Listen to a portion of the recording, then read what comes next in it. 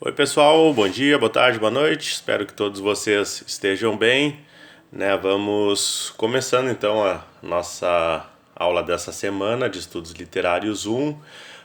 Só retomando então o cronograma, a gente hoje vai falar sobre o jornalismo cultural, né? E aí na semana que vem a gente encerra o conteúdo, né, nossa última videoaula, falando um pouco sobre questão de literatura e audiovisual, literatura e música, enfim. Então, e aí a semana do dia 22, na verdade, é a semana que encerra dia 22, né, que dia 24 é véspera de Natal. Então, vocês têm, né, se for preciso, né, ficar um prazo para exame. Senão a gente encerra mesmo na próxima semana. Eu estou recebendo de vocês então as avaliações, né, a crítica do livro principalmente, uh, que vale 10 pontos, 5 pontos da fala do Luiz Maurício e 5 pontos da fala da Chimamanda.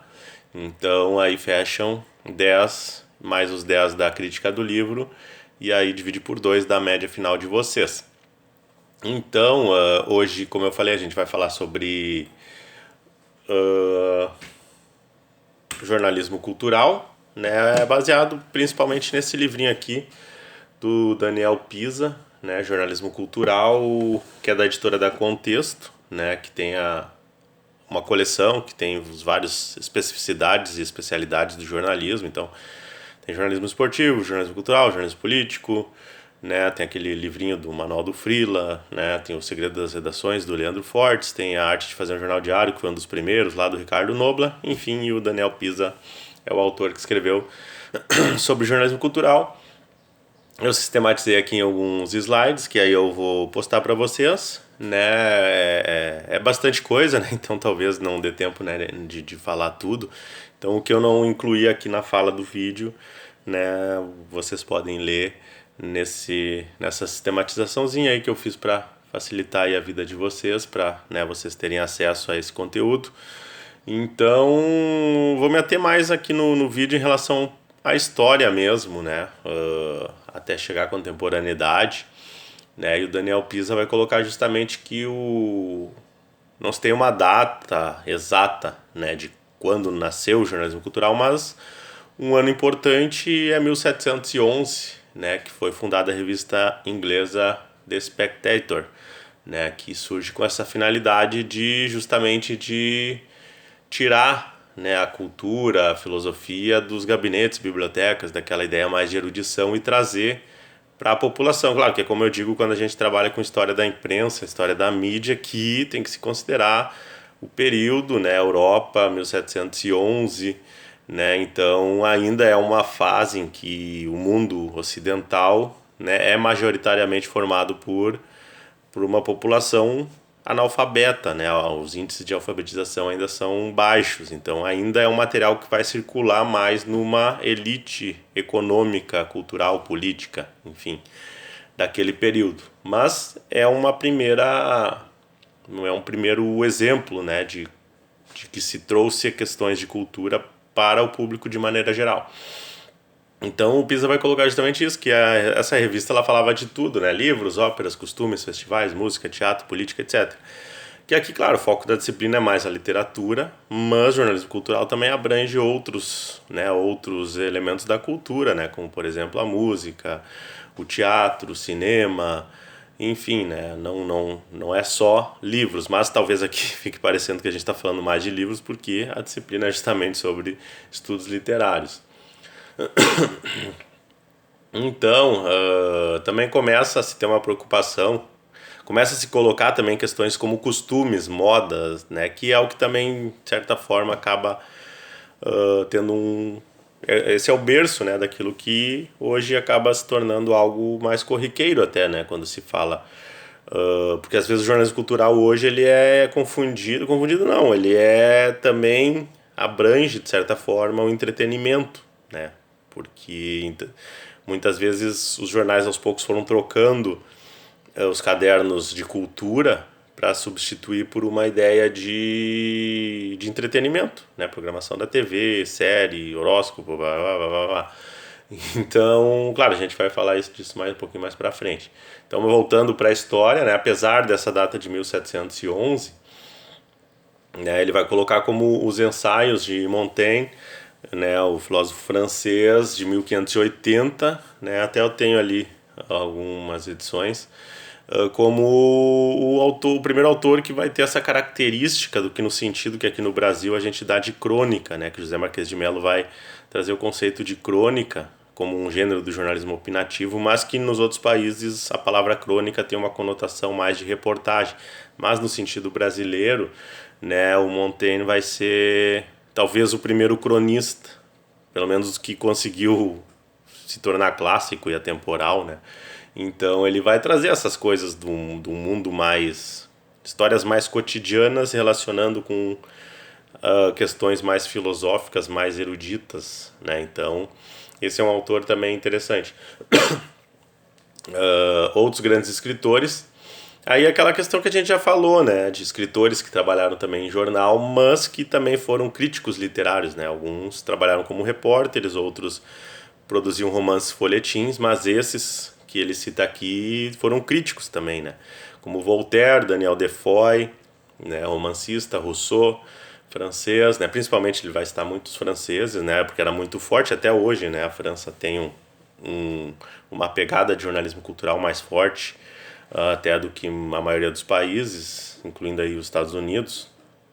Então, resenhas contemporâneas, ensaios sobre Shakespeare, Montaigne, Proust e outros, né? Então, são alguns autores que, além de escritores, etc., não só publicavam jornais, mas também eram críticos culturais, principalmente críticos literários.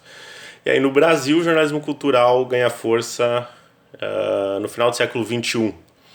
Né? E também acompanha essa lógica aí que a gente já falou em outros momentos da disciplina, de que grandes escritores tiveram, né, buscaram no jornalismo uma forma remunerada de se manter, né, de levar uma vida, principalmente até o momento em que alguns deles, mais tarde, claro, depois da carreira consolidada, passaram a viver de literatura. Então ele cita o Machado de Assis, Olavo Bilac, né, entre outros, e o Machado teve esse trabalho como crítico de teatro, né, e polemista literário. Então isso derruba um pouco aquela tese, aquela teoria de que, assim como no futebol dizem, grandes treinadores foram jogadores frustrados, né? Aí agora eu vou fazer um comentário mais que talvez mexa com rivalidades, mas o Renato derruba também essa tese no futebol. Ele vai falar isso que na literatura também, né? A gente teve grandes escritores e que foram grandes críticos, né? Então derruba aquela ideia de que os críticos literários fossem apenas escritores frustrados, né? São bobagens, né, que se dizem em relação a várias profissões, né? E que acabam às vezes caindo no senso comum e né, nos ditados populares, né? E esse é um, né? Mas existem N exemplos, né, de que isso é um, né, ditado popular sem fundamento. Então o Pisa vai colocar que revistas também surgem, apresentando o papel fundamental, né, com textos. Aí ele vai citar outros autores, vários a gente já falou aqui, Oswald de Andrade, Mário de Andrade, e o Érico Veríssimo, que a gente já comentou também, né, ele foi editor do suplemento literário do Correio do Povo, ele trabalhou na revista do Globo, então ele era crítico também, foi crítico literário, ele traduzia livros, fazia críticas, trabalhava como jornalista. Ele fala que ele mesmo recortava, fazia até diagramação, montava páginas, né? Então ele teve 10 anos de trabalho como jornalista. E foi o fundador, presidente da Associação Rio Grandense de Imprensa, né? Enfim, do Érico eu já falei bastante na disciplina.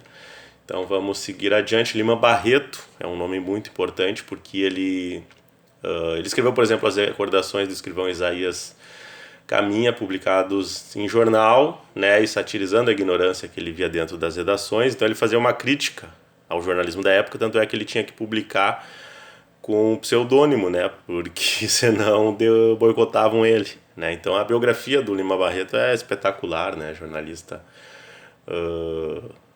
que tem uma trajetória bem interessante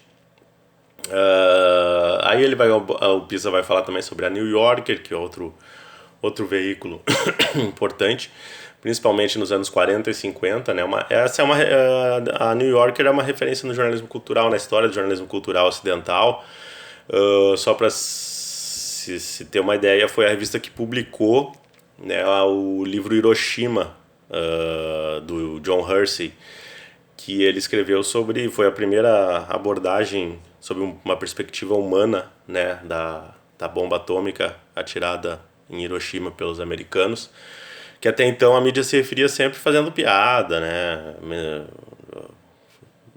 dando risada, né, sem levar, né, como aquela coisa caricatural. E aí o Hersey foi lá e escreveu um livro, reportagem mesmo, é tido por muitos como a maior reportagem de todos os tempos. E ficou tão bom que a The New Yorker acabou optando por publicar a edição inteira, né? Que também foi um marco, né? Foi a primeira vez que uma revista publicava uma única reportagem, a edição inteira. Claro, tem o livro do Hiroshima publicado pela Companhia das Letras, na coleção Jornalismo Literário. É um livro que deve ser obrigatório a leitura. Obrigatório porque é bom, né? Não no sentido, tem que ler. Né? Porque é muito bom, é uma aula de bom jornalismo e de bom texto. E a New Yorker teve esse mérito aí de fazer esse marco, de publicar, né, esse texto que foi lido. Era lido a reportagem na íntegra em rádio, em programas de rádio, foi comentado na televisão, enfim, entrou para a história. E foi nela também que o pessoal, muita gente do New Journalism, né, como Capote e outros, né, escreveram para New Yorker também. Joseph Mitchell, se eu não me engano, também, que é um outro exemplo clássico. Enfim, cada um desses casos renderia aí mais uma aula, né? Então, estou mencionando eles, mas claro, né, vocês podem buscar mais material sobre cada um deles. E que fizeram história, né? Marcaram essa época, né? Outros romancistas famosos que também foram críticos, que o Pisa vai trazer, o Charles Dickens, né, autor do David Copperfield, um dos maiores clássicos da literatura mundial.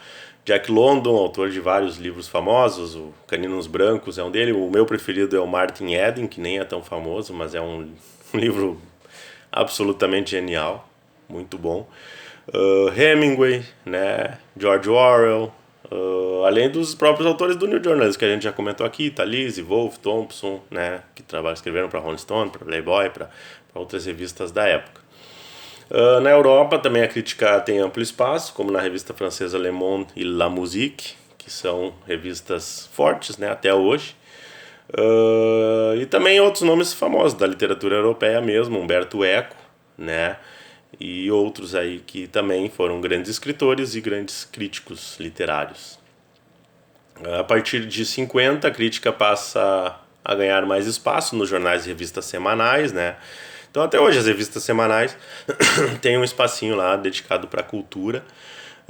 E aí tem também essa ligação. Muitos jornalistas culturais acabaram migrando para escrever biografias, né? Eles estão o exemplo do Rui Castro, que é um dos grandes biógrafos do Brasil, escreveu O Anjo Pornográfico, que é a biografia do Nelson Rodrigues, que foi um grande jornalista e um grande crítico e um grande escritor e novelista e autor de peças de teatro, enfim. Então, para quem gosta de jornalismo é duplamente importante ler, por exemplo, esse livro, porque fala de um personagem que foi um grande cronista, jornalista e um dos principais nomes da cultura brasileira, que foi o Nelson Rodrigues, e o próprio texto do Rui Castro, que por si só também já é muito bom. Ele tem também a biografia do Garrincha, enfim.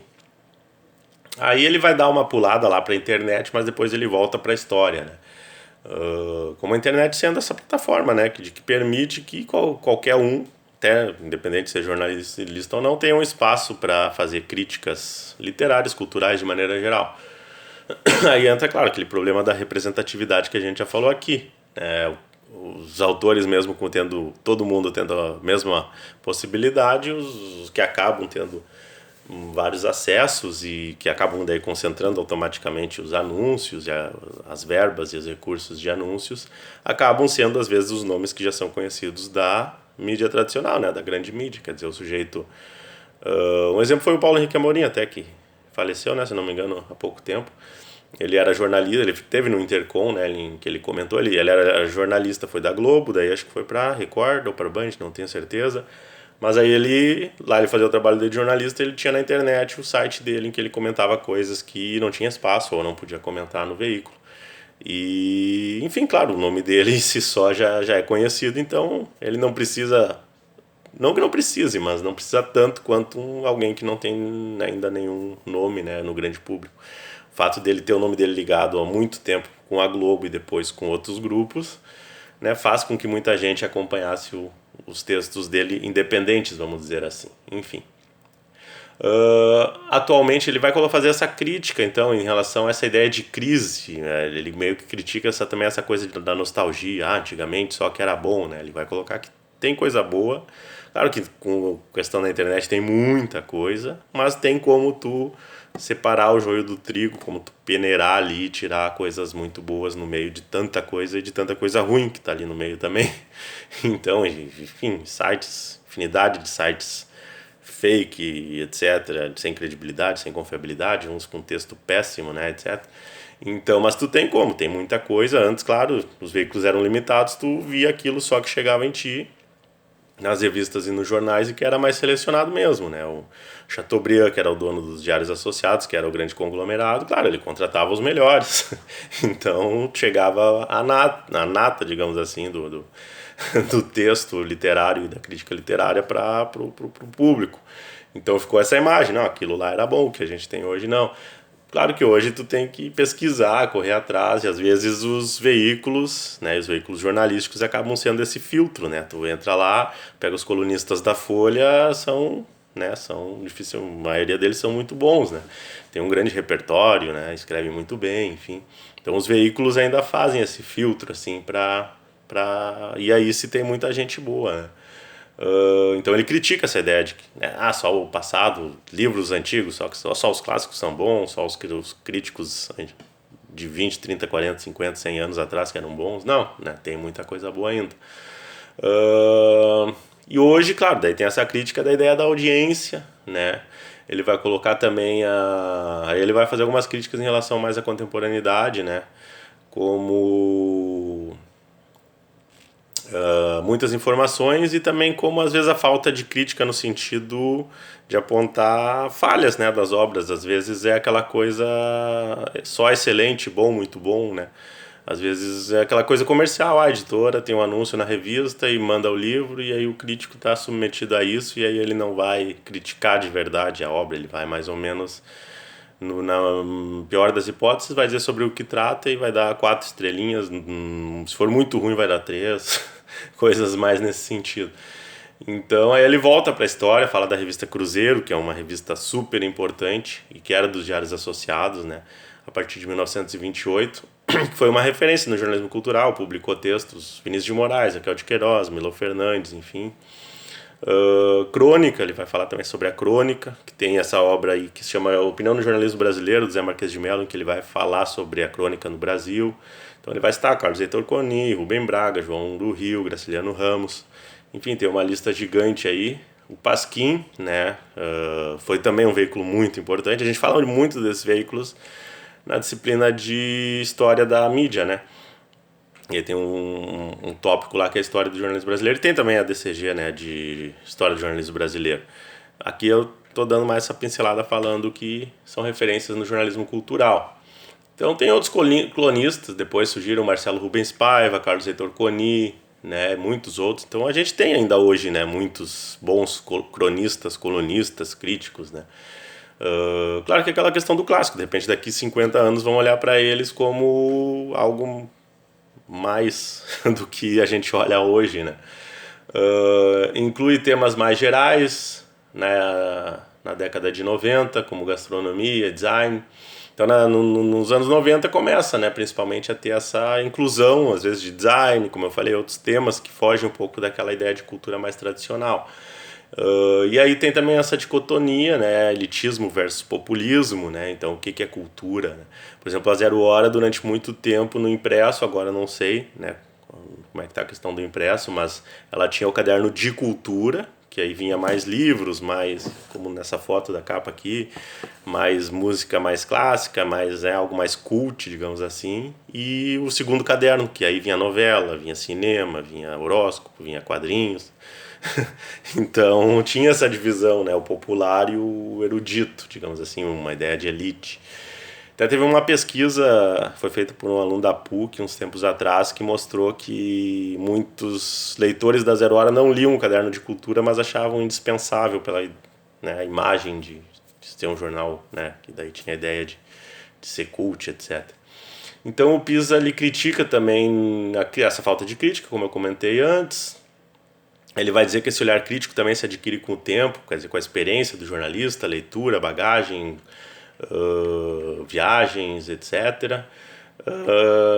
Ele faz uma crítica em relação à submissão ao cronograma de eventos, isso realmente faz parte, principalmente quando se fala de jornalismo cultural e não só da crítica e da parte mais opinativa, que fica atrelado ao lançamento de livro, quer dizer, só vai falar do livro que está sendo lançado, não vai falar de outros livros, vai falar do evento, da Feira do Livro, geralmente é aquele texto até mais informativo, né? Então ele critica um pouco essa falta de perspectiva crítica, né, em relação a essas coberturas de evento. Então, essa cobertura mais diária, mais banal, resumo de novela, resumo de filmes só os que estão sendo lançados, etc. O que pode ser feito às vezes é ter uma pauta interessante que está em discussão na sociedade, por exemplo, uma que está sendo muito discutida, né, é aquilo que a gente já comentou até aqui, que é o racismo. Então tu pode pegar um livro referência nisso, mesmo que seja de 10, 20, 40 anos atrás, e trazer isso à tona, né? Por exemplo, o texto Quarto de Despejo da Carolina de Jesus é um texto que tem uma atualidade. Você pode pegar e falar sobre isso a qualquer momento, hoje mesmo, 60 anos depois, né, do lançamento da obra.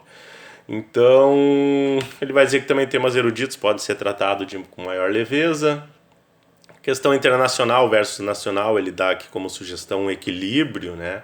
Claro que vai variar muito, né? Pode ter, nada impede de ter uma revista especializada em questão de cultura internacional ou só nacional, enfim. Mas nessas abordagens mais gerais, como de revistas semanais, ele sugere o equilíbrio.